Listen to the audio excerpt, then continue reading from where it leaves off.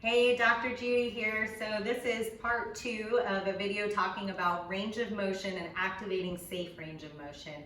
Obviously, range of motion is a huge topic because there's lots of joints in the body to talk about each range of motion individually. So I'm going to give you some global principles that can generally be applied to all areas. But if you ever have questions, please do reach out to me. Even though I'm not your doctor, I love to nerd out and talk about biomechanics and different exercises, and I love to hear from you.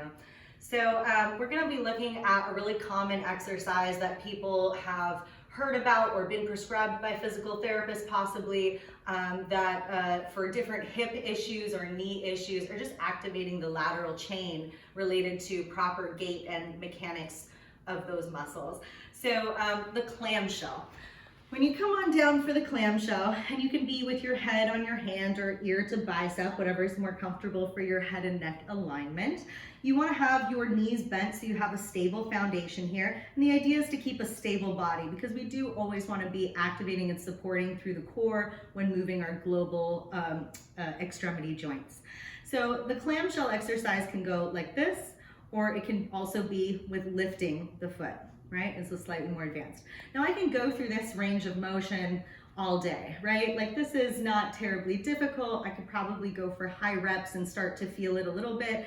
But if I have already an injury, poor biomechanical patterns, whether that's walking flat-footed or standing often with one hip popped out or locking out on one leg, right? All those bad postural tendencies, little habits that we pick up and tend to do in our daily life. Then when I'm coming through a range of motion that's already compromised or the biomechanics aren't going smoothly, then those compensation activation patterns will still dominate even in this position. Some trainers will say, oh, well, eventually you'll get it if you keep doing it. I argue otherwise. We all have the right to our different opinions. So we're going to look at adding a little resistance. Now, even though you might think, oh, but resistance makes it harder because then I have to work more of my muscles. Well, yes, the challenge is going to be that you are going to work more of the actual muscles. It makes it way harder when you're using the muscles that aren't used to being used, right? It's like, oh my gosh. The good news is when you do way less repetitions, activating with some resistance, you're going to get a lot more benefit from activating the right muscles than over-activating and reinforcing compensation patterns in your biomechanics.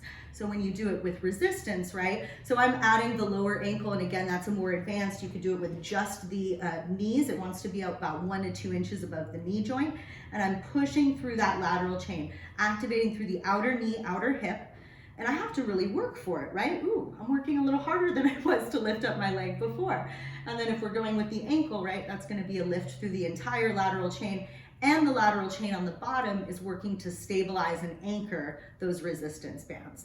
So again, fewer repetitions. I can already feel the outside of that lateral chain activated, and I know that those muscles were working.